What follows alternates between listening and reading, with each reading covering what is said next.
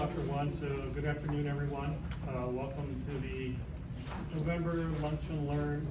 Today, our featured program is with local author Bob Cook, who's going to talk about his memoir, No Ghosts in the Graveyard, the lifetime adventures of a small town Oregon boy. Welcome guests and Bob's family. The theme this year in our monthly meetings has been about writing.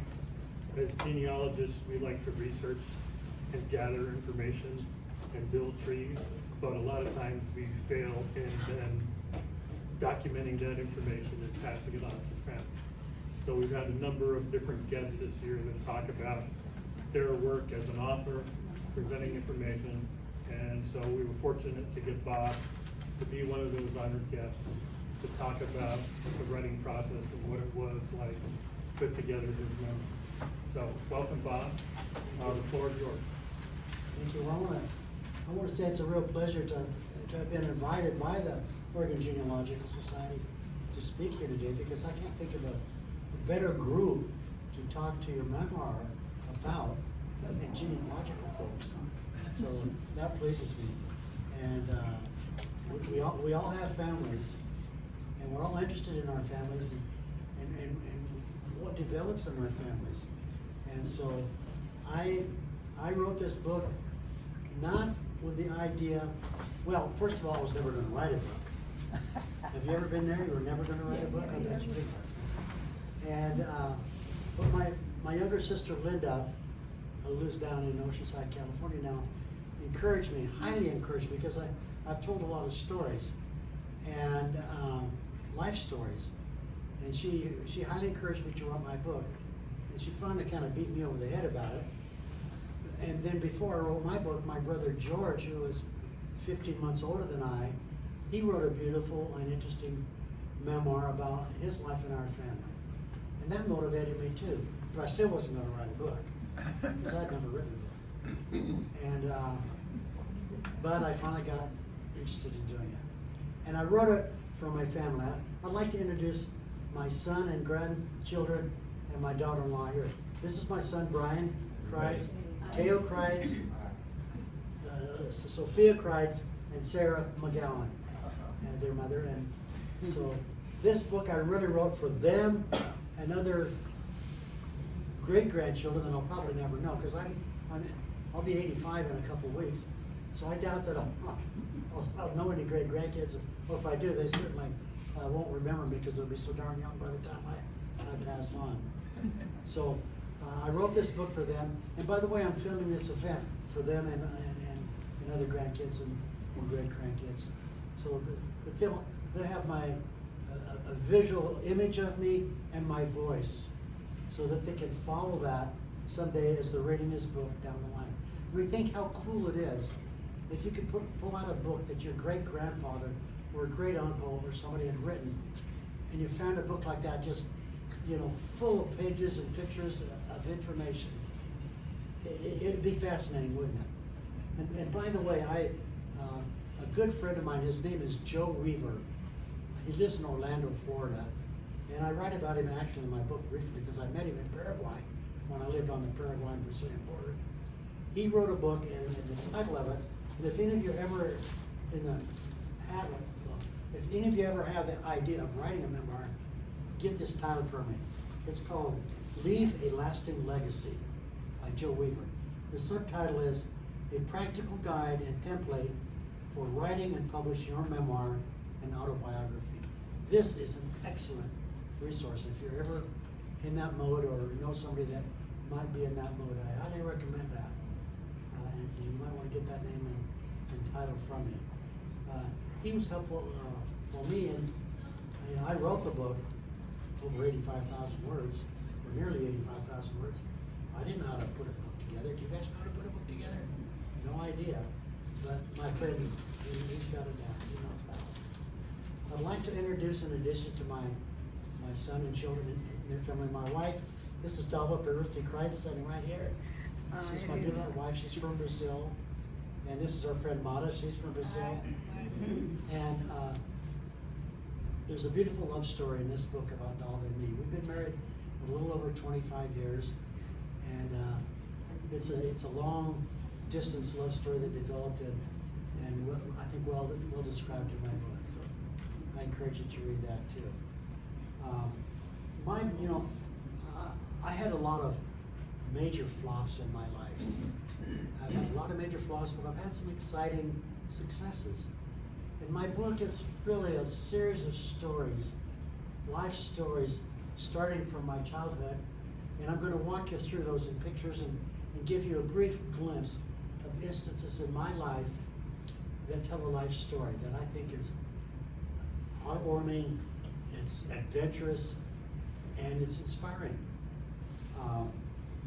And I hope that I do have some books back there if you're interested in buying a book, and I hope my stories inspire you. I just wrote some things down here because I didn't want to forget some of the salient themes that have come across in these photos as I tell this story as reflected in my life. And they would be, listen carefully to advice from wise adults in your life, especially for young people. Okay? Not only just young people, but everyone. Okay? And these are all reflected in my stories. Make significant sacrifices to reach your goals. Never stop learning. Self-learning, community college, trade school, university, whatever it takes. Live, learn, and grow for your entire life. Those are, I think, important themes. Don't hesitate to create your own challenges and goals. And I think you'll see that sometimes I didn't have goals, or I had short-term goals, and I created opportunity out of those goals and developed some interesting stories in life. Right, Brian? Yeah. You can verify a lot of this stuff with my family. I'll fact check. Learn a foreign language and travel. Learn a foreign language and travel. There's nothing like foreign travel, and any kind of travel, but especially foreign travel, that will broaden your mind to life, and varied life, and varied cultures. It's a wonderful learning experience. And above all, create happiness in your life by helping others. If you want lasting happiness, and there are many important people in life who have stated this, help others. In helping others, you create happiness in your life. And I think that's a theme that will come across in my book as well. My memoir is in over 60 libraries. It's in many universities, many museums, and I'm pleased to say it's in the Library of Congress. And so I feel like I've created a piece of history. I grew up in Drain. Does anybody know where Drain is? You don't know Drain. Would you admit it? Huh? Better than being from Mooring. Yeah, well, it's about like that. Probably about 1,000 people then and today. So I was born in Drain and raised mostly in Drains, raised somewhat in Eugene. My story will tell events that happened in Eugene, through my childhood, Eugene, Blue River, Cresswell, Cottage Grove, Drain, and then across the world, or at least in different countries across the world. But I started out in Drain, and in the Mildred Whipple Library, which is the library in Drain. Hi, John. I just saw you. John. It disappeared. The library in Drain has I'll show you the picture, a watercolor painting of the ranch house I was born in, and it's housed in the library in Drain. And the significance of that to me is that I wanted to create a kind of a family imprint in Drain. Because my family's name in Drain was Hickethier. We're an old immigrant family from Drain. And that's there, and that's very meaningful for me. In the library, and in the library, and in the high school, and in the library here at the Oregon Genealogical Society, which is a great event, is a copy, the original copy of this review, in the magazine that it was printed in. and to draw attention to me in my book, and that all draws attention to me. This is a review done in Ontario, Canada, by the way. And so, that's the preface to my book. I hope it draws your attention. I hope that you want to read it if you haven't. Have any of you read my book? I know one or two people came. All right. They better raise their hands, right? And later on, the grandkids will. Okay. The book is available, by the way, on Amazon. If I don't have enough copies, you can get it on Amazon, on Kindle, paperback or hardback, black and white color. Of course, color is very expensive, but that's what I wanted for my family. Okay, let's take a trip through my book.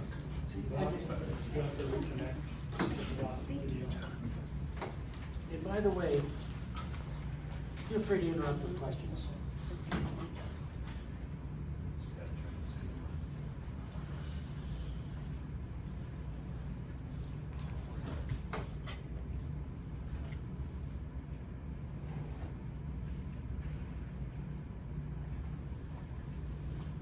The technical part of this is probably low on my mind. Okay, I'll try, we'll zoom through these and carry through that. That's the house I was born in, built in 1880, built by my great-grandfather, Augustus Icke, who immigrated from Germany with his German family, his father, mother, brothers and stuff. And so I was born in that room right there. I was born in that room. And my grandfather was born in that room. And so, let's go back into history. Now, an interesting thing from a historical point of view, and you genealogists will really enjoy this, this is my great aunt. And I never knew her.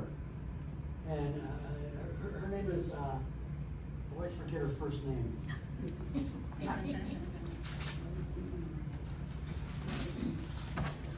Her first name is Frederica. Now, Frederica Hickfield, she married a guy by the name of Jacob Wisman. Well, I never knew a name. I never knew that I had a bunch of relatives in Portland. But my grandfather immigrated to Drain.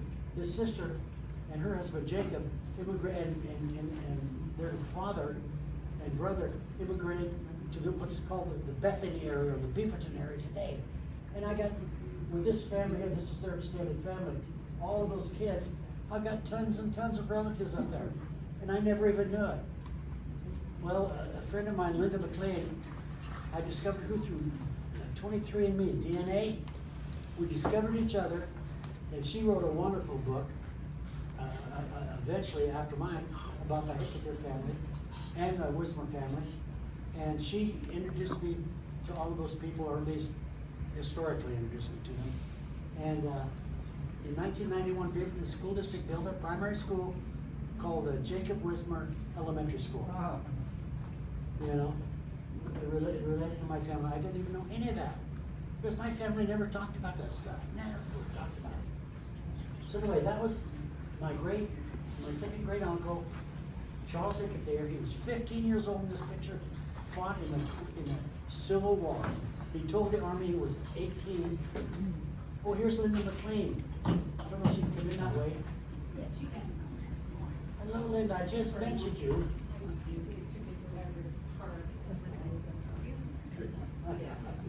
Come on over here.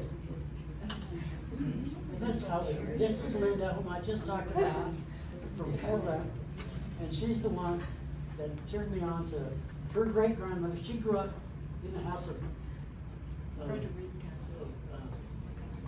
Mississippi Pier there, and in her great-grandmother's house, as I partially grew up in my great-grandmother's house. And that she wrote two enormous books that are genealogical classics about her family. And I think you guys want to invite her down here someday to talk to you. I should have brought the book. Yeah. It's a 2-volume book. Okay, we're rushing through this. This right here is my maternal grandmother, and they immigrated from Arkansas, at the turn of the century, and the turn of the last century, and they went to Spokane, but eventually settled in Great Home. This is my current family, they've all passed away. But, you know, grandfather, aunt, mom, uncle, aunt, or no, grandma. And that was my host family in Drain. We had a lot of dysfunction in my family, a lot of marriages and divorces in my family. And we were in drain, out of drain, in drain, out of drain. The boys went to the ranch house, and that was my host family. This is my dad and mom just before they got married. My dad and mom when they got married. Now, my mom was 17 years old. At 17 and a half years old, she left high school. Now tell me how was this for starting life? 17 and a half, she quit high school, married my father, he hadn't even finished the 6th grade. He lived too far from the school and work on the ranch and everything. So here they're broke, raised in the Depression, and then they had triplets. So that's a rough life. That is a rough life. You see, there is my mom. Now, she first of all had my brother, George Jr. We called him Junior. Yeah. And then later on we called him George, of course, he forced us to do that. And so, but then there's my mom. She's 19 years old with 4 natural-born kids. And you know, there were no fertility drugs in those days. And so that was a pretty unusual thing. In fact, that was so unusual when we were 1 year old right there. They took us to the local Drain grade school, put us in the car, took us to the grade school, and the entire school walked by to look at us. They had never seen a litter of kids. Yeah, I'm not exaggerating, that's the way it was. So there's my mom, 5 days old. We were about 4 months old then, or something like that. And when we were kids, my dad said we used to pull those cribs together, we each had a crib like that. Then we'd start bouncing up and down in them until they jiggled together. We'd jump from one crib into the other. You remember this in the book, don't you, Brian? And we'd jump into one of the cribs, and then we'd finally destroy those cribs. This is my dear grandmother. She was the soul of our family. And this picture here, that's me on the right, Bonnie. I'm Robert. Everybody called me Robert in the family. Then I became Bob. Bonita was her name, and then she became Bonnie. Richard was my younger brother, and he became Dick. So sometimes I may say Richard, and I may say Dick, but I'm talking about the same person. That picture was, have you ever heard of Genealogical in Eugene? Yes. Old photography, I don't think they're on anymore. No. So that picture was in Genealogical for a long time.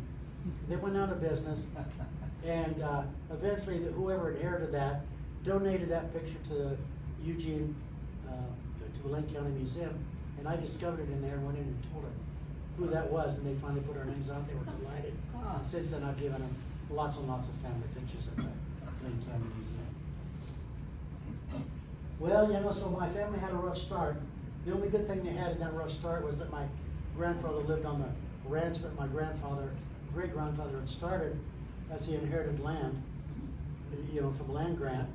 And so there was always, at least on my mom's side, plenty of food and meat to eat. But my dad in 1944, what was the big event going on in 1944? World War II. Yeah. And my dad, with 4 kids, got drafted and sent off to fight as a foot soldier in World War II. Now that's, you know, of course we went to the ranch house and lived at the ranch house through all that time.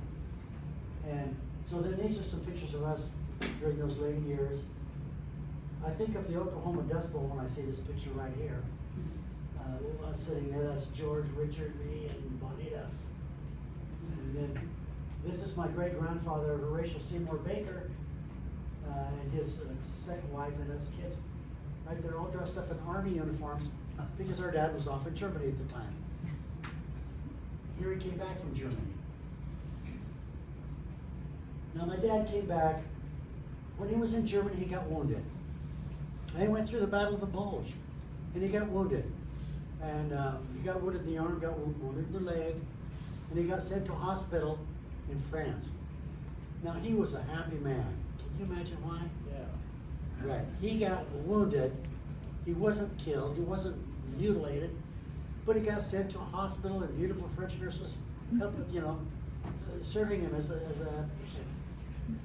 Well, that was the good news. The bad news, he was either there 1 or 2 days and got sent right back to the battlefield. Bad news for my dad. But he did come back home after the war, no further injuries, but he was very battle scarred, and he became an alcoholic. And he was an alcoholic all of his life until nearly the end of his life. And that created quite a few difficulties in our lives, throughout our lives. And I know in a group this size, there are some, you've had some experiences with alcoholism, and it can be devastating. So that's my dad at age 30, junior in the 7th grade. Now, you all know where Potter Street is in Eugene?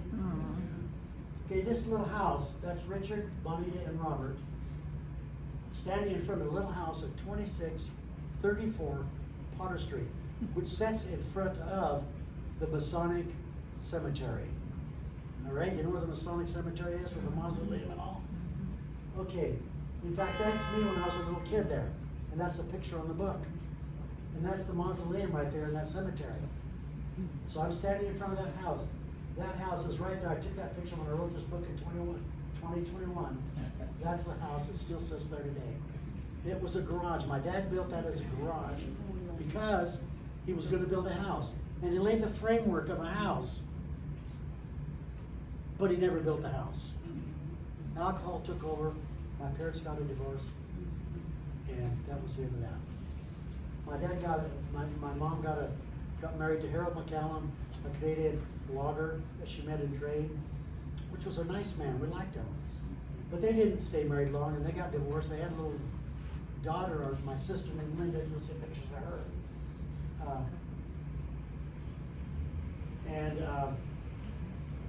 So we moved to Drade, and we lived in Drade for a couple of years, and then we moved back to Eugene, and she married my dad again. Life was getting crazy for me. All of us boys sucked our thumbs like crazy. Well, any thumb suckers here? We sucked our thumbs crazy. My mom, I was in the 3rd grade, is still sucking my thumb. And my mom said, if you go to school, if you're still sucking your thumb, I'm going to make you go to school with your thumb bandaged up in bandage tape. And that frightened the heck out of me so much that I stopped at cold turkey, but it was hard, I'll tell you.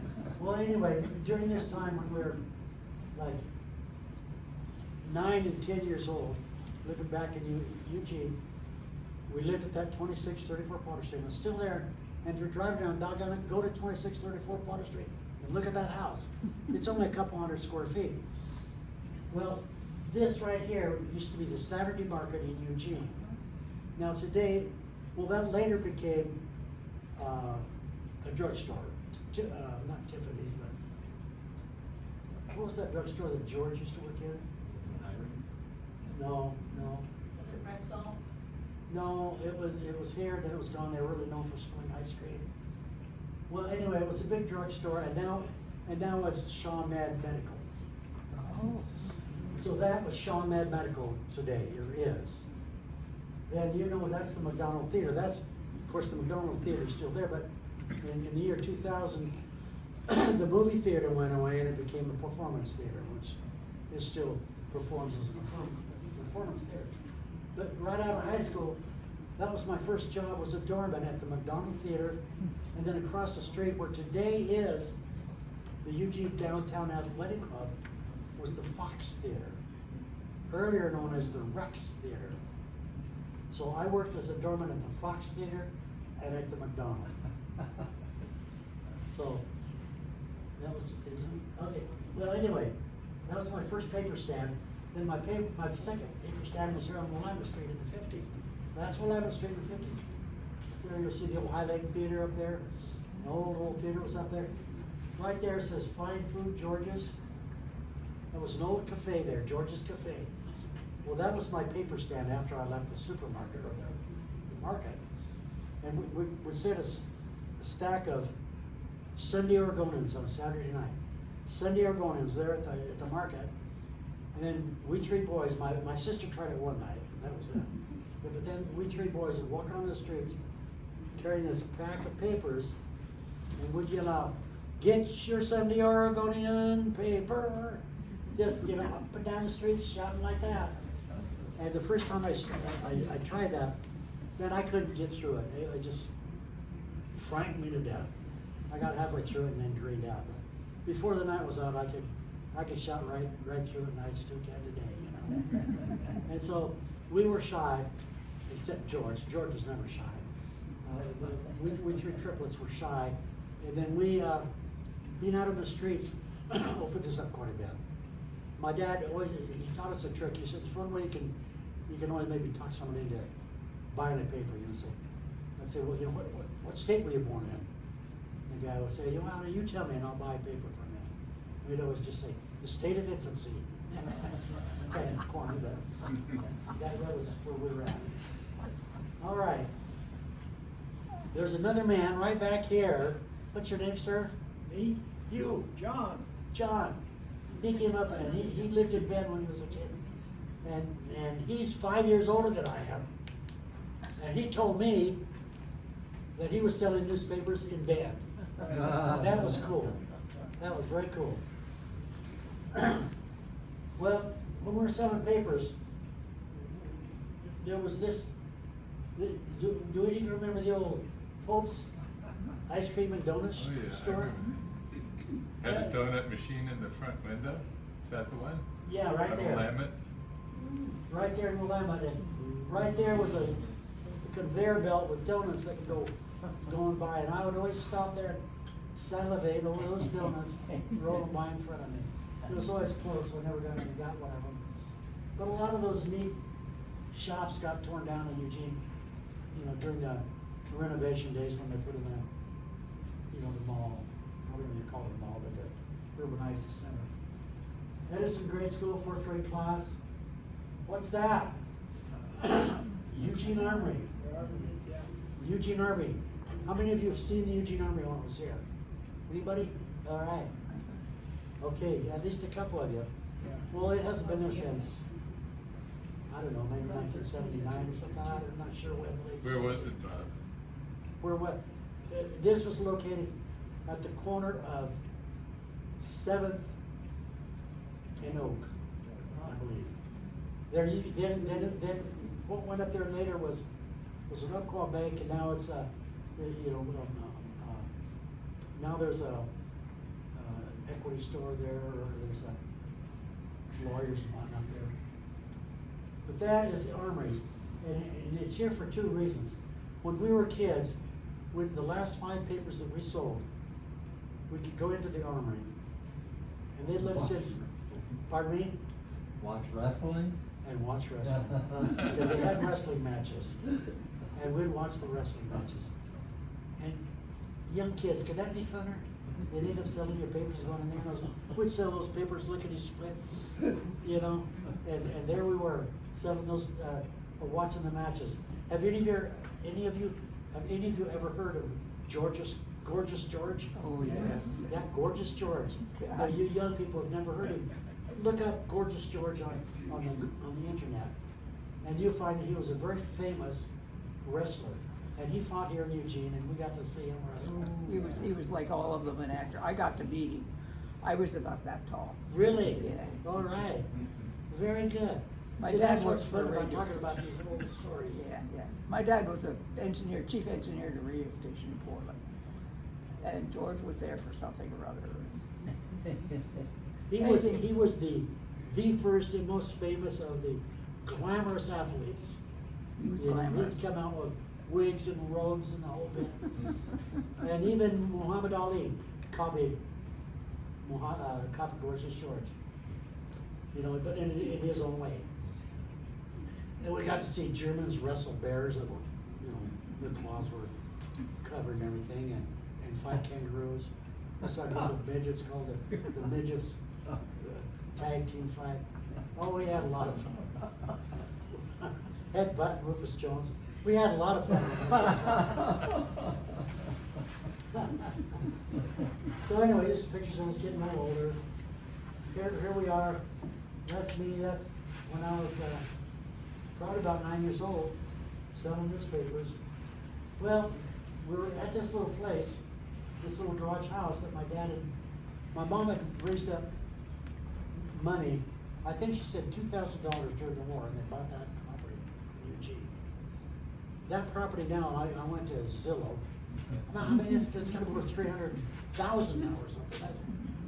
And it's still just the garage. No one ever bought it and put a house on it. Go by and look at that old house. Anyway, we sold that and bought this house. They bought this old house in Cresswell, 5 acres, $9,000. We loved it. It was an old house, but finally, my God, we had bedrooms and space, and we had an orchard, and we raised a cow and pigs, and, rabbits, and oh, we were in heaven there. We loved it. And I get into more of these stories in the book. So there we are. And here's what our family looked like right then. That's me right there. Well, my family got divorced again. My parents got divorced again. We left the ranch. We left the farm. We went back to the ranch house. My dad was a log truck driver during all this time. He'd drive a log truck during the day and get drunk at night. But I loved my dad, but still, there was a problem there. Well, so here's my mom, Bonnie, Linda, me, and Aunt Mama and her daughter, Brownie. So we all got in that car and drove to Chico, California. Because my mom was going to try to get a job down in Chico, and my uncle got a job as a planer foreman down there, and he didn't have a house yet, so we lived out in the forest. We were homeless at the time, but we didn't know the word homeless, and the term didn't even exist then. But we were houseless, and we did live out in the forest. But it wasn't a horrible experience for us. It was fun. We were like it was a long summer type camping trip for us, and we enjoyed it. I talk about it in the book. There's the ranch house as it was as I knew it growing up. This is the painting that Brian's maternal aunt painted. He's got a copy of that in his house. And that's the copy that's in the Drain Library now. My son, I have another son, Eric, who's the head of school of the New Mexico School for the Arts in Santa Fe. He's got the original. Well, here's the ranch house. This is my grandpa and grandma, whom we loved. But you can see the old ranch house had turned into kind of a mom and pop cattle farm. And I think that picture captures that, don't you think? That's what it was, but we loved it, and we loved going there, and we had so much fun there. You can't believe it. That's the favorite picture of my grandpa there. Do you guys remember his name? Did you know it? Do you remember his first name? Yeah, you read the book and you remember. This is your great grandpa. Or no, it's your great great grandpa now. Okay, well, I won't go into all of this. Well, eventually, my mom, we moved into this little house here. And we left California, came back to trade, lived in that tiny little house. It's too small to go into the story because I'm running out of time. That's my little sister that was born. And that's George Jr. when he was in high school. This is me and Dick when we were in high school. Well, my mom finally married another guy. And he turned out to be a drunk too. My poor mom, we loved my mom. She was a good mother. But she needed stability in her life. And so she married this guy and she thought he was going to be good. And he turned out to be a drunk. We hated his guts. His name was Clyde LaFoon. We called him LaFoon the Goon. We didn't call him that to his face, but we did call him LaFoon the Goon. And at 15, we ran away from home. He moved us from Drake, where we were starting to have some real stability, and he moved us to Cottage Grove. But we hated it. We hated it. Not being in Cottage Grove, but being away from Drake and our family. And so Clyde was very rude to me one day and lied. And the story, I tell the story in my book. And the story upset me so much that we were not spoiled kids. We were very well-behaved kids. That night I went and told Dick and Bonnie, and I said, we need to leave, and here's what I suggest. And they went with me.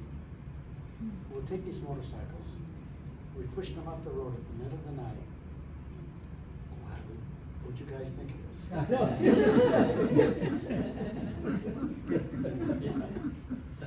We got on our motorcycles, and we took off.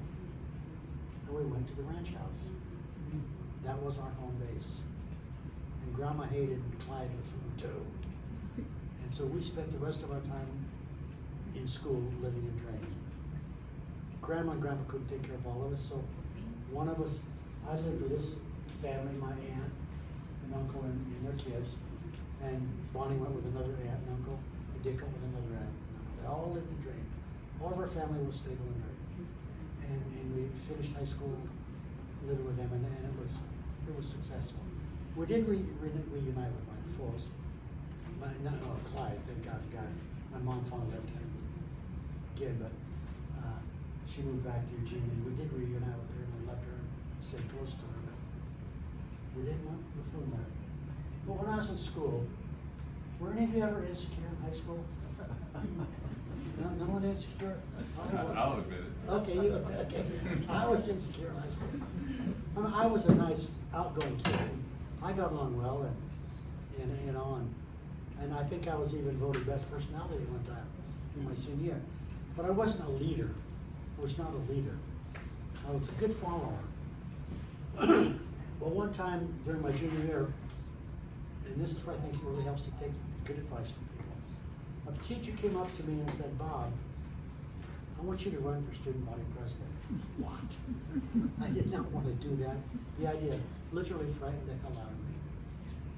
Because I didn't want it and I didn't achieve it or want it. I never even considered the idea. But I got to thinking, my gosh, if this guy thinks that I should do that, even though I didn't know what I wanted to do and I had no plans, I knew that I wanted to grow into something in life. And I wanted to be something, although I had no idea what that would be.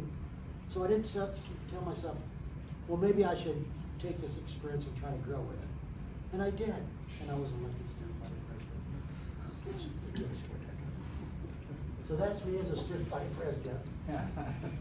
In Drake, there's a little park with a little monument to the city founders. And that's me presenting that monument from the students of Drake.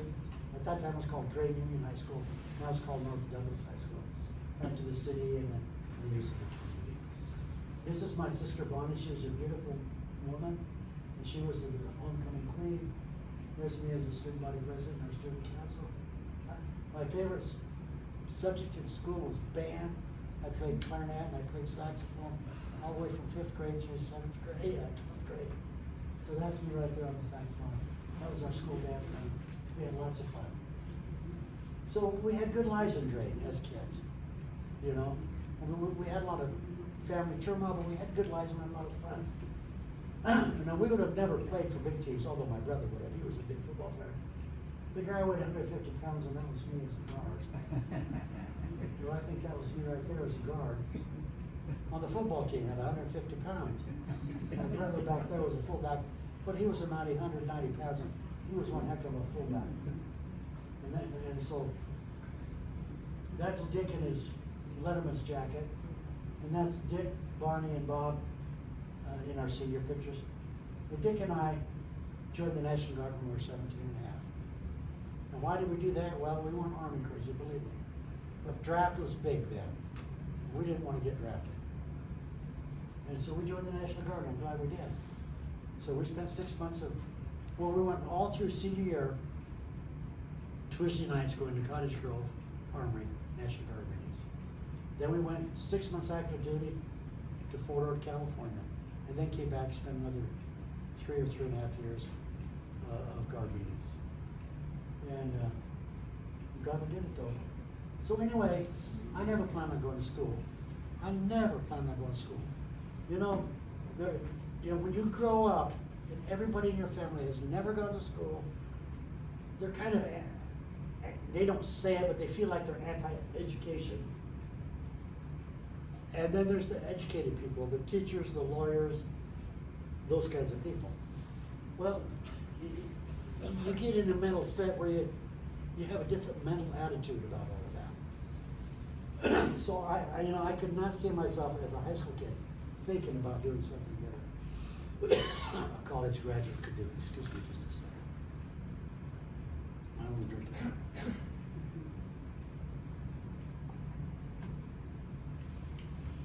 So, where was I? Thinking about Your school. college graduate, you're heading to college and your family Yeah. was not. Yeah, so I wasn't thinking, college-oriented. so I wasn't thinking about college. But I started working at Sears. I eventually started, well, actually, before that, I was a trailer monkey. Does anybody know what a trailer monkey is? Not till I read this. Yeah, a trailer monkey. You might know what a trailer monkey is. A trailer monkey. Well, they used to have long pull trucks.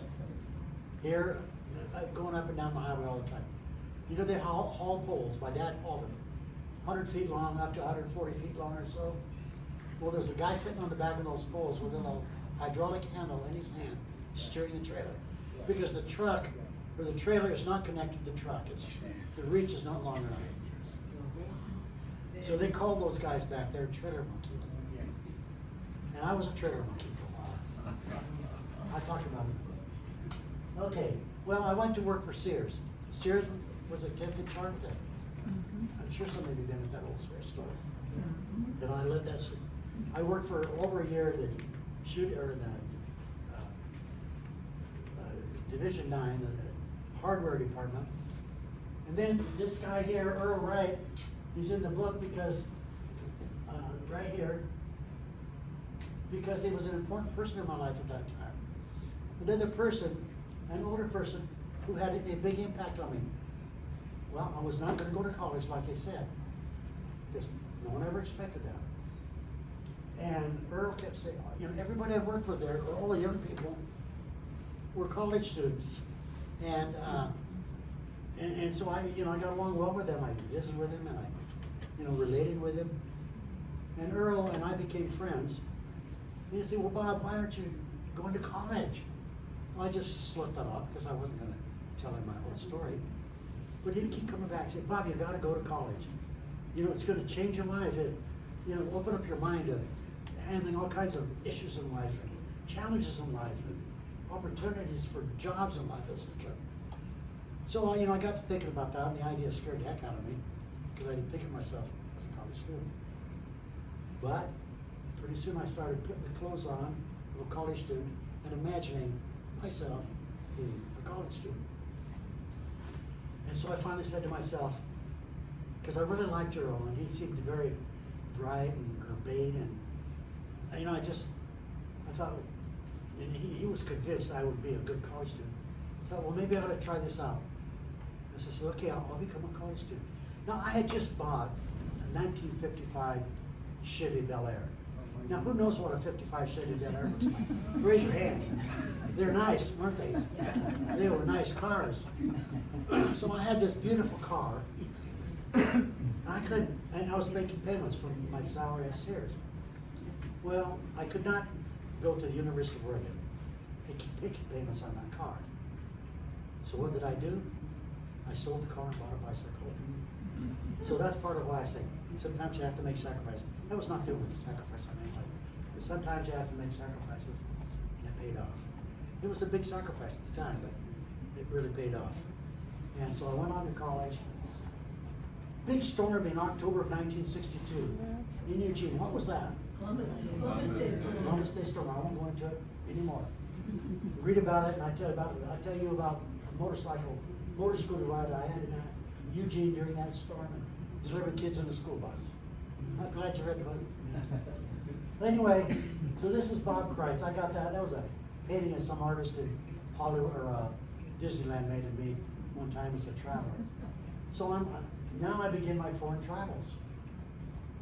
I'm not out of time yet, no. Well, we're going to go to Brazil. If you're from Brazil, raise your hand. I got some Brazilians here. Brazilians, raise your hand. Okay. I love Brazil. Well, I started college, and the irony, I never took a Spanish class in college or in high school. Not that I didn't think I could learn Spanish, but I knew you had to study hard. And I didn't want to study hard. I was an honor student, but I didn't have to study hard to get there. But I didn't want to make my life any harder. Well, I went on to, study Spanish in college, and I eventually got a teaching certificate in Spanish. Well, in Brazil, they don't speak Spanish. They speak what language? Oh, you guys are bright. They speak Portuguese. Yeah, Brazilian. A lot of people don't know that. So they speak Portuguese. So I got married to Janet, a young woman I'd met at Sears in Roebuck. And we were in college, and we hadn't finished college, but we joined the Peace Corps. It was brand new. We joined the Peace Corps. And I could not resist the attraction of joining the Peace Corps, living in a foreign country, working with impoverished people, and all the learning that could come from that. The attraction was overwhelming. And we did it. We pulled it off, and we went to training, and I talk all about that. Anyway, this is the first town I lived in. It's called Ponta Porá, Mato Grosso. Ponta Porá, Mato Grosso. Ponta Porá, that's me in that little house. Ponta Porá, Mato Grosso. That is right on the Paraguayan-Brazilian border. Now, this street, I lived in that hotel for a while. This street, a great mystery writer, what is his name? Oh man. In my book, you'll read about a mystery writer. Very famous. He writes stories about lawyers. Grisham, John Grisham. Okay, John Grisham has been in this town. And John Grisham, I don't know if he's been in town, he's been in Brazil. I know he's been in Brazil, I don't know if he's been in this town.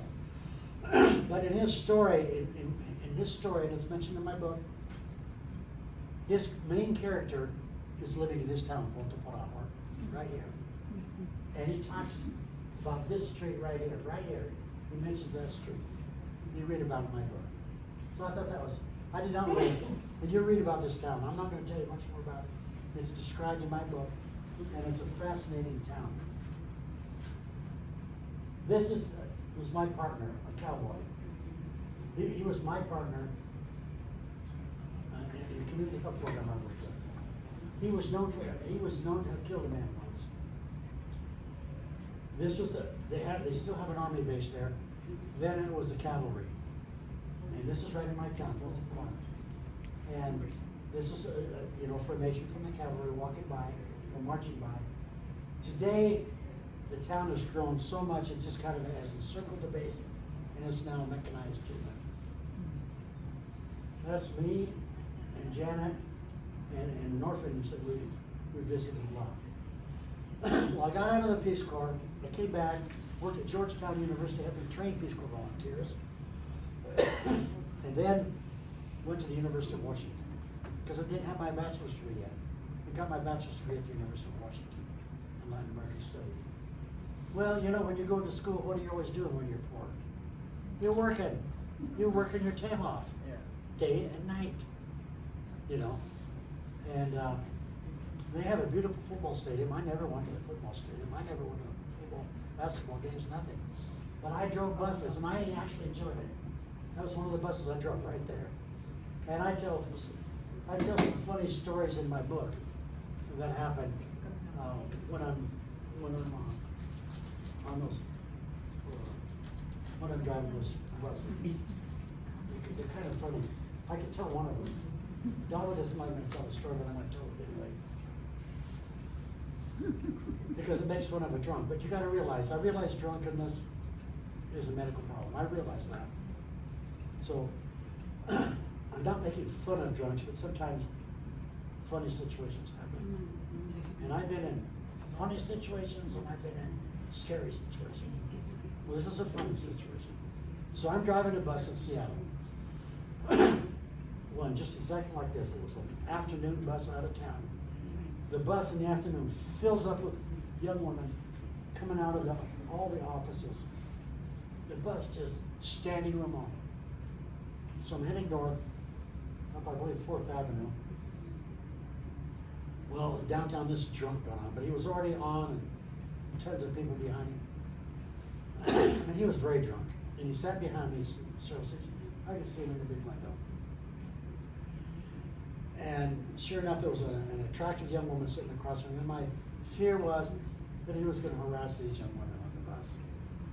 And that's what he did. We were driving along, and I see he's trying to carry on a conversation with this woman. She's looking straight ahead and ignoring him.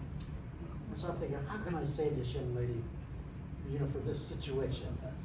So I'm driving north, and off to my right is the Seattle Center, and then there's a big street there, if any of you know Seattle, it's called Denny Way. And Denny cuts kind of at a 45-degree angle. And so I have to cut across at about a 45-degree angle. And I thought, okay, here's how I'm gonna handle the situation. If I enter that intersection a little late, and just a little faster than I normally do, I'll have to cut it a little sharper and a little faster, and what will happen to that guy? He's gonna slide right off his seat. Because all the regular passengers will catch the movement in the bus with their legs and adjust, and they did. And I thought, but he won't. And he'll carefully slide off. And that's what he did. I watched him, boom, he slid off. He didn't hurt himself, and I never was gonna be in a situation where he hurt himself. But he slid off, and he got back up in the seat, and I said, "Oh, are you okay, sir?" And he didn't let out a peep for the rest of it. But Dollar gets up so much on that story. Did I offend anybody with that story? Hopefully not. I like you talking about you really enjoyed driving big vehicles. It was one of your things you enjoyed in life. I did.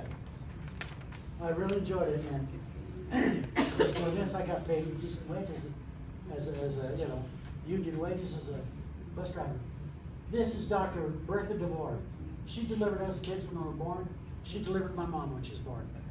A little old drain doctor. Just a beautiful story. Well, like Rich said, I like driving big vehicles. Well, my dad was a log truck driver all of his life, so I spent a lot of time on a log truck. He taught me how to drive a log truck, and so my first year of teaching, I was an English teacher at Lowell Elementary School. What do young teachers do the first summer of their jobs? They gotta work. They don't make enough money to go without working. So I got a job actually working as a choker setter. Do you all know what choker setters are? Yes. You guys from Oregon, you gotta know that stuff. So I was a choker setter for a week. New court boots, oh man, it was tough, but I was doing it. But then I was working for a Chippewa outfit, and the timber that we were working on ended, and they said, "Well, Bob, if you have to find another job, we understand." So my dad was working for Swift Logging Company. Excuse me, and I asked him if I could get a job driving for them, and so I drove for them for the rest of the summer. And I tell a couple of interesting stories about driving logging trucks, which is interesting. And I enjoyed doing that. Well, I did. I wouldn't want a career doing it, but I enjoyed doing that when I did it.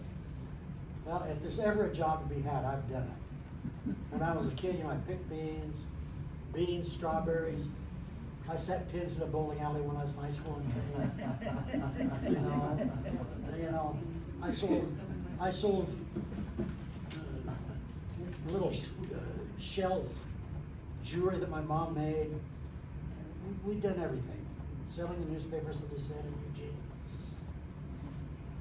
Well, buses, trucks, then teachers. Then here I'm teaching at the Fort Apache Indian Reservation. Fort Apache Indian Reservation. So there, that's a group of my 8th grade students right there. Then later in Hillsboro, this was another summer job. I was teaching math classes at a Portland Community College summer class in a migrant labor camp in North Plains, Washington. When we're in Washington, when we're in Guatemala, this is Eric, my oldest son. How old is Eric now? 50, about to turn 50. 51. He's 51.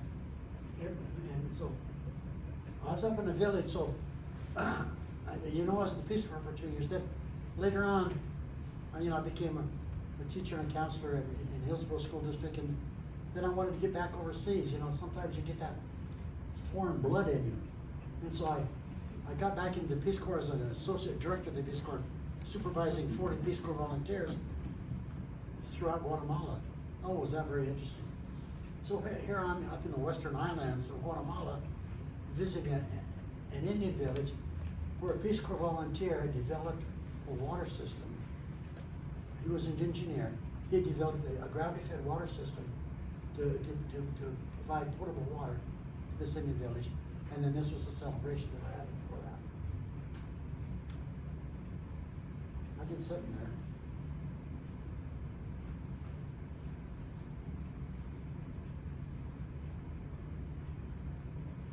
I should have just touched the screen. Would anybody know what I need to do? Touch to get it back? This one works.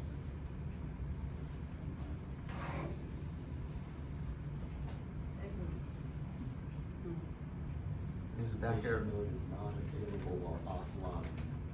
There's a back arrow. Not offline. There's a back arrow in the upper left corner.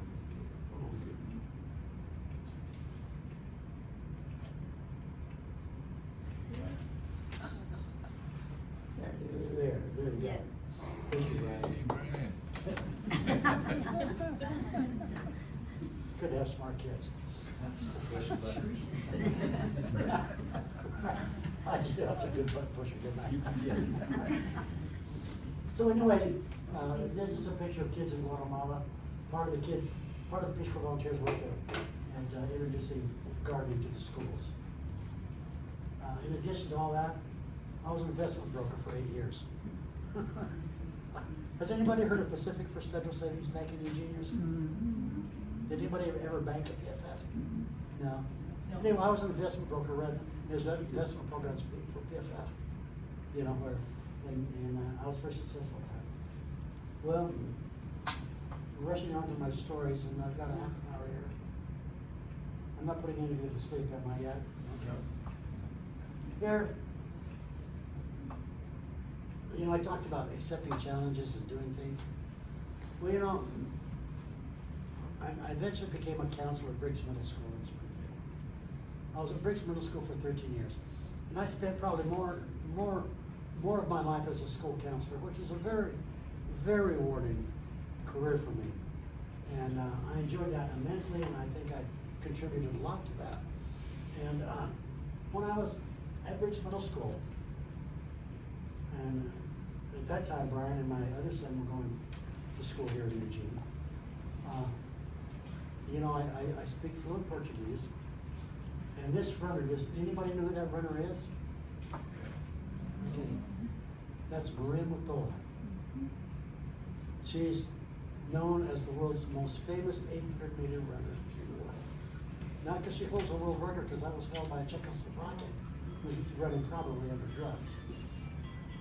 But she, for 10 years, she was the top runner worldwide at 800 meters. And on May 7th of this year, the Prefontaine Classic had their 50th anniversary, and they honored her. They brought her from Mozambique, brought her out on the field, and they're calling every 800 meter run now the Mutola 800 meter run. Why? Because she has won more victories at the Prefontaine than any other athlete in the world.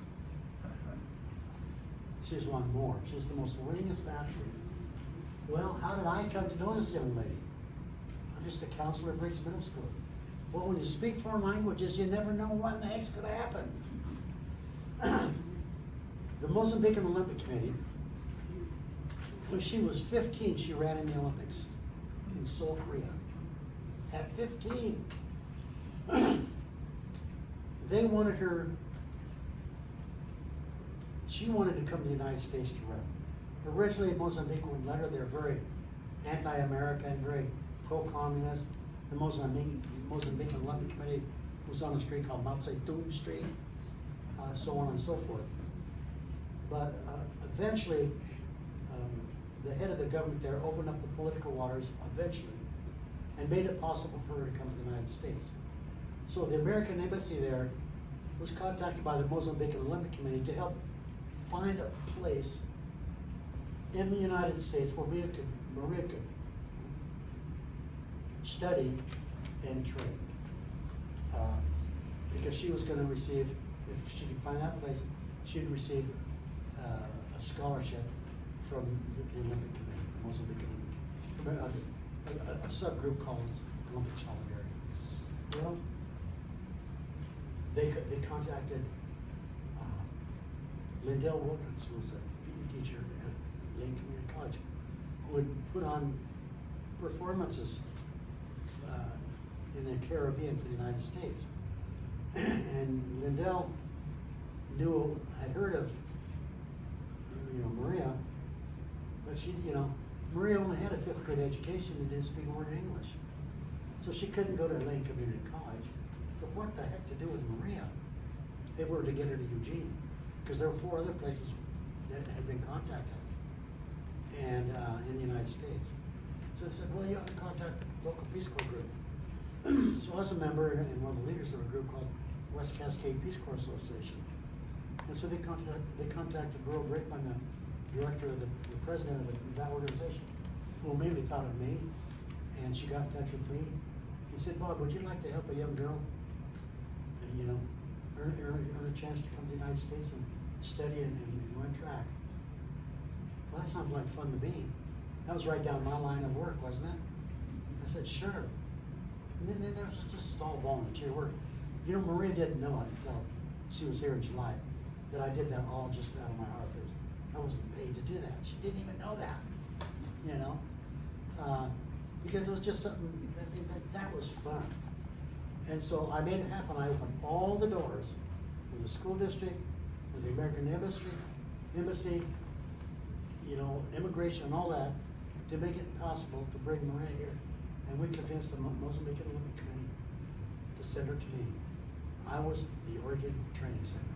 And then I arranged her coaches, and I got her into Springfield High School, which did a wonderful job. And she went on then to beat everybody in the world.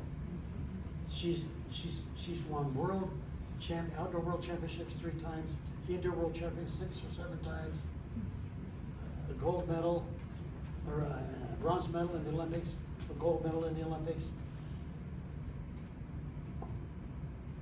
So I need to touch this more from now. Talk about it much. But you can see why I get excited talking about it. Totally. Go to Google. Each of you need to go to Google. Type in Maria Mutola, and you can watch her run. Watch her run any race, one of the Olympics, and you'll be impressed with this young lady. So she was, I believe, 53 years old when she came back here. You became her manager. I became her manager. Now, again, this is accepting challenges that you never knew were going to come your way. I've never managed an athlete. But her father, she went to her home country, and her dad, she said, Dad, what should I do for a manager? And she says, ask Bob. He wanted her to run with me because they trusted me. They absolutely trusted me, and that was the word. Because Maria was such a young talent and unschooled that if she'd gotten in the wrong hands, they would have just seen her as a piece of gold and an Olympic runner, and would not have taken care of her psyche, her psychological well-being, her social well-being. And that was the most important thing. And they really liked the fact that I was a school counselor and I would be there by her side. And that made a difference in her career. And so I had a lot of learning to do. Yeah. So, I called a lot of people, and you read about it in the book. So should I unplug it and put it in? Yeah.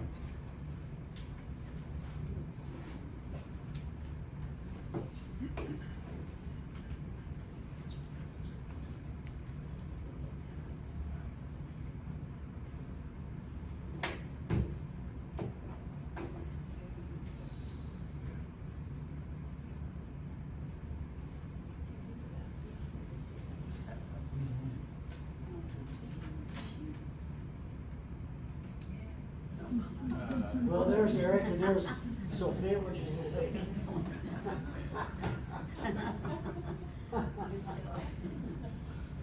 Hi, Sophia.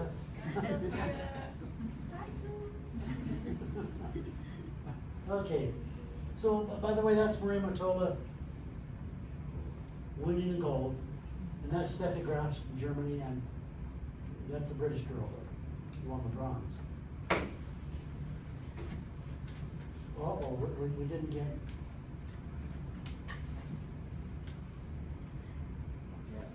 There we go. Okay, this is Maria. She's still in high school.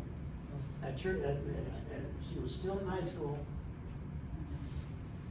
at Springfield High School, running the New York Games as a high school student. And this right here is Mary Deckerson. And she won that race. The author of the Sports Illustrated article that was written about her said she was going downhill so fast she was running past the leaders so fast it was like she was running downhill. This is her winning the first World Championships at Stuttgart, Germany. And I was there when she won that. This is me, her coach Margot Fund, who then later became Margot Jennings, Maria, and Jeff Fund, her assistant coach, who was previously her husband. And then this is a nice article that came out in Sports Illustrated. There were a lot of articles in the Eugene Art Register Guard about Maria Matola. That's what I looked like when I was younger, and that's what Maria and all of us looked like when we were younger. Well, so there I'm doing that. And then what? Well, I read an article. Now, I'm counseling at Briggs. I'm managing Maria Matola. Now, when I manage her, I arrange her contracts with Nike, and then eventually, I arrange her contracts with all the meet directors in London and Berlin and all these places. Okay? And then I make a trip to Brazil. And I read this article of a lady, and it's in my book, about Ivone Becerra de Mello, a Brazilian, working with impoverished street kids. Well, Latin America's been big in my heart.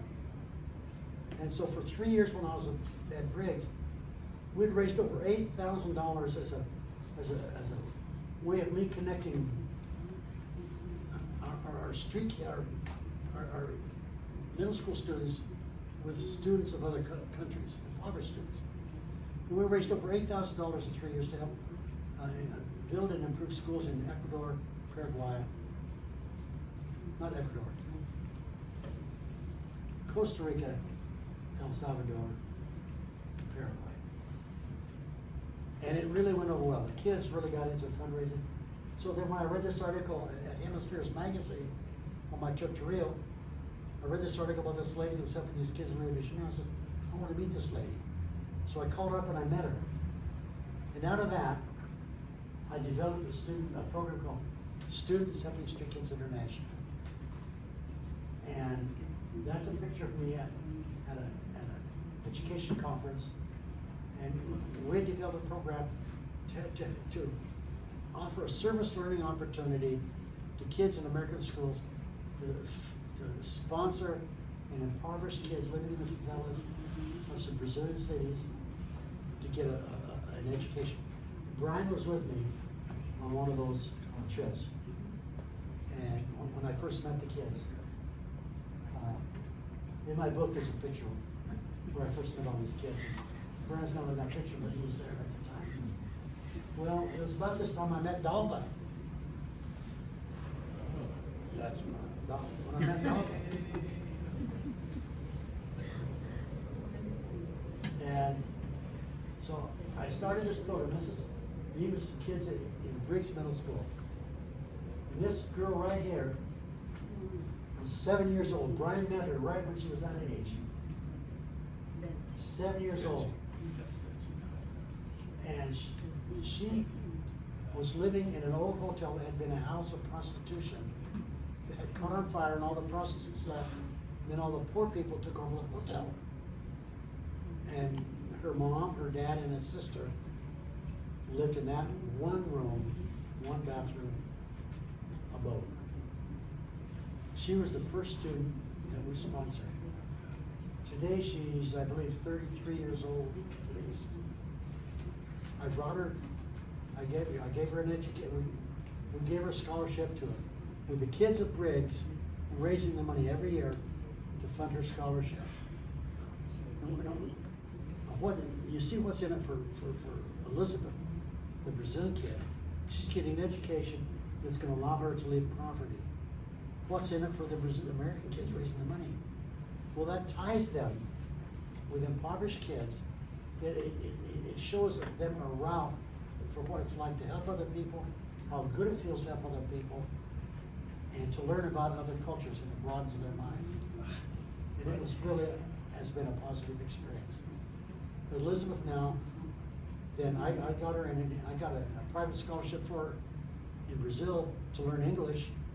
She learned English, and I brought her here as an exchange student in Springfield High School, and she graduated from Springfield High School. And she did well. And she's now an English teacher in Rio de Janeiro in Brazil. And so these were two of the bright students at Briggs that were involved in the program in this article, right? Well, that picture is there. Brian's not in this picture, but Brian was in an exact picture like this. Remember Brian? Yep, maybe I was taking it, but. Yeah. So that's Yvonne Di Mello, that's Elizabeth. And all of those kids, in fact, I don't have time, but Elizabeth put together a video that had all of those kids except that girl there. Had all of those kids on the video as they were growing up and talking to me. It was impressive. Oh, wow. College, I think three of them went. No, college, those three went to college. And this is her and her mom, Priscilla and her mom, her sister, and a friend at their house. And here's a couple other, I gave scholarships to 66 kids. And 9 of them were in Tanzania. I'll tell you that one in a minute. Okay, this one right here, Maria de Bombantu, she was from Recife. She was 18 years old. She was horribly impoverished, lived with her grandmother. Her parents had died. And she learned English very well. She had already learned English. And we sent her to New York City, and she ended up dancing and training at the school, at the Alvin Ailey American Dance School. She went back to teach ballet in Brazil and is now teaching English. And her husband also was a dancer with her. I mean, she was a dancer at a Catholic Archdiocese school for impoverished children. She went back and taught dancing, now is teaching English. And then her son is now in college. She graduated from college and now has a son in college. So, then another kid that's very impressive right here, Priscilla Dantas.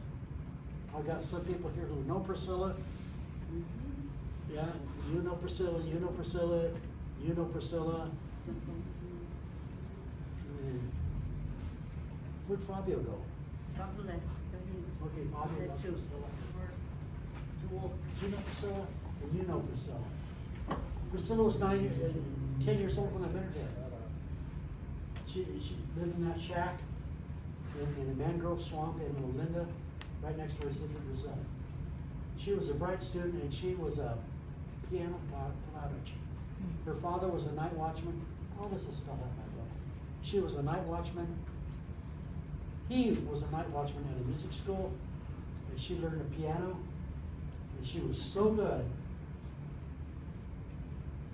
that I brought her to Churchill High School as an exchange student. She graduated from Churchill High School, and I got her a scholarship for at the University of Oregon. And here she was a student at the University of Oregon, graduating in music at the University of Oregon. She married another student from the University of Oregon from Burma or Myanmar. She now lives in Thailand. This is Dava. This is before I don't think we're even married yet. Were we married there, Dava? No, not yet. And we were visiting impoverished kids in Sao Paulo, Brazil. I sponsored kids in Rio, Sao Paulo, Recife, where Dava is from, Goiânia, another major city in Brazil. And then, you know who this lady is right here? Can anybody identify her?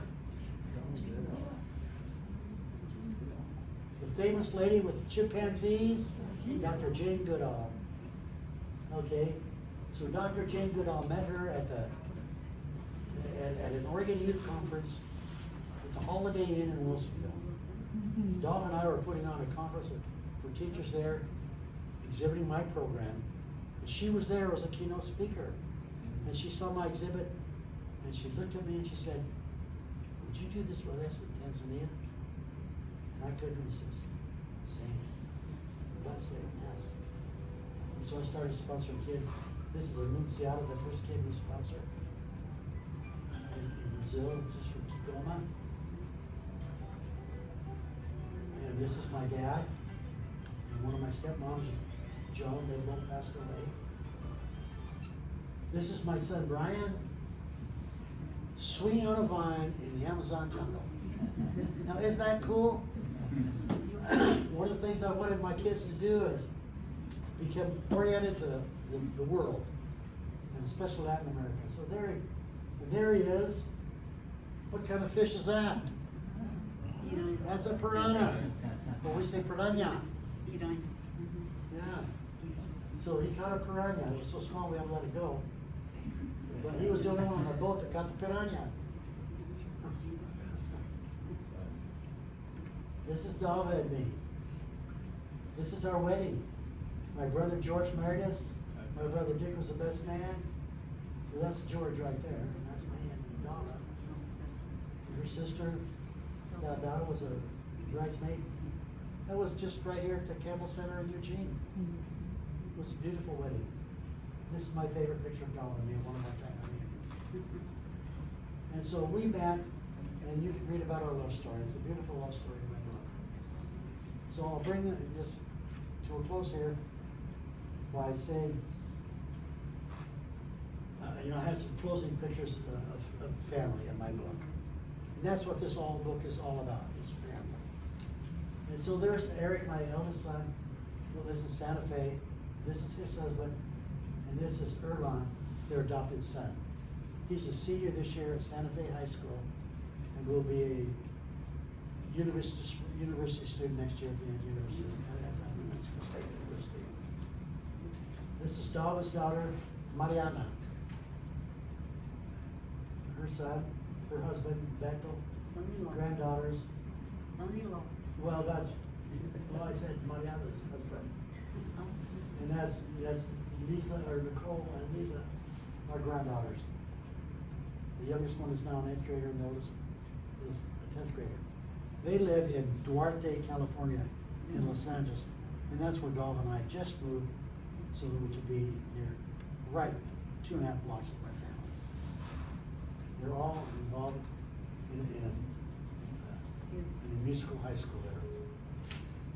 This is me and Dava's son and his family in a trip to France, because the daughter-in-law there, Diani, is from France. She sang at what's the big theater over here? Shed. Shed. The Shed. She sang at the Shed last year. She is an incredible singer. And he's she packed pianist. the house and That they loved pianist. her. Huh? And John Velez played with him. John Paul. And John, where's John? And John not only played with her, he's the one that worked with her for months, developing their whole presentation. It was really nice. The best. And then this is Brian and his family right there in front of our home in Eugene, just a few years younger. They were just as cute then as they are now. They're gonna pay me for these guys. Got houses for sale if anybody wants to buy them. It's on the market right now. That's my mom and my stepdad, when she remarried. Married my dad twice, married a stepdad twice. We were really like Mac. They both passed away. And that was my youngest sister's dad. And this is a last group of adult children. That actually was taken at your wedding celebration in Portland. So that is my story.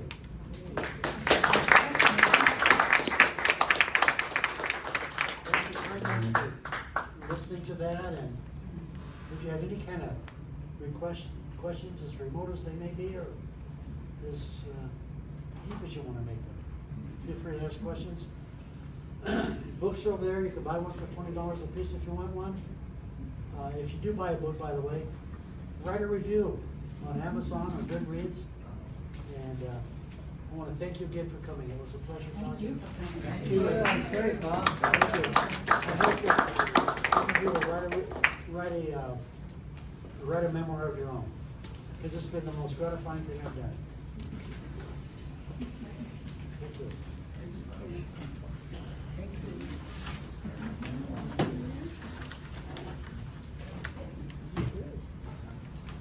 Anybody that brought salads or leftovers are in the fridge, don't forget to take them with you. And we can thank Gary Burtz for that fridge. Yes. He stole it from his brother. Out of our apartment. No, it's that brother that pulls it out.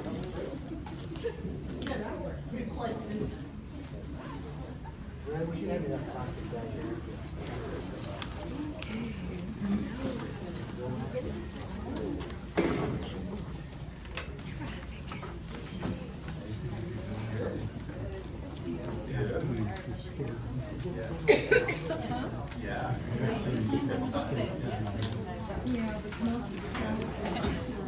Nobody in particular? Yeah, she is.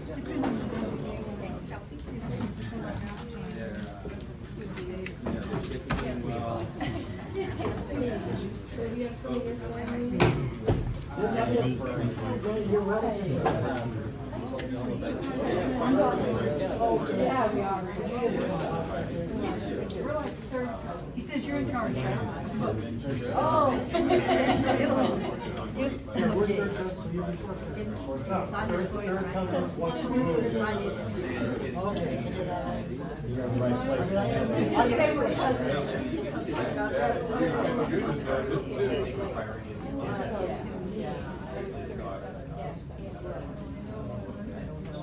You guys ought to give her a computer. I mean, she wrote. Yeah, we need to. It's a classic book.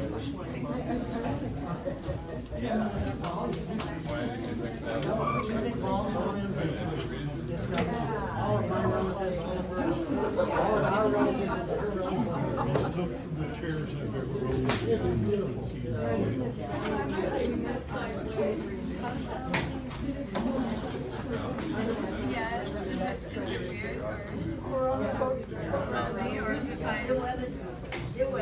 Yeah, we knew there was a best.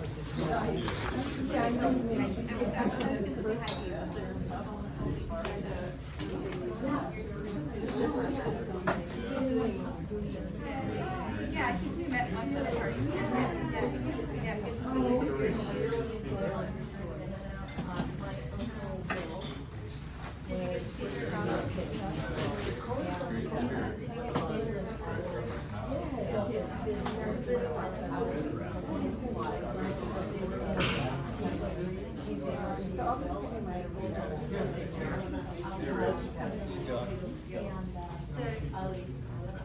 Yeah, I think she messaged me like a couple days ago about piano lessons. Yeah, I might teach her.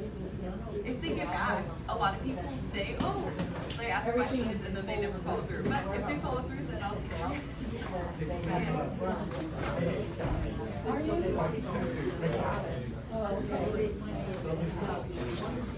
No, definitely not. You understand your family.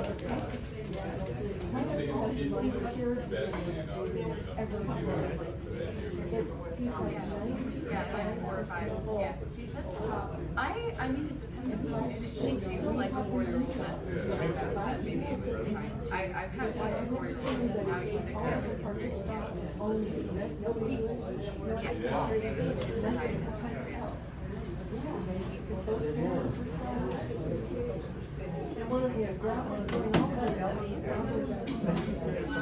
Seen 28 different regions. Yeah, well, you was at. And mine is all over the world. Scottish,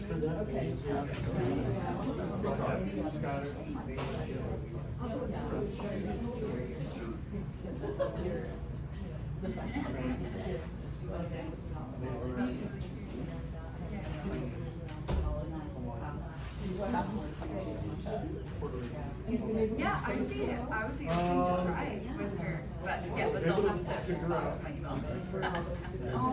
Yeah, they asked some questions and I answered like by rate and stuff, so, yeah.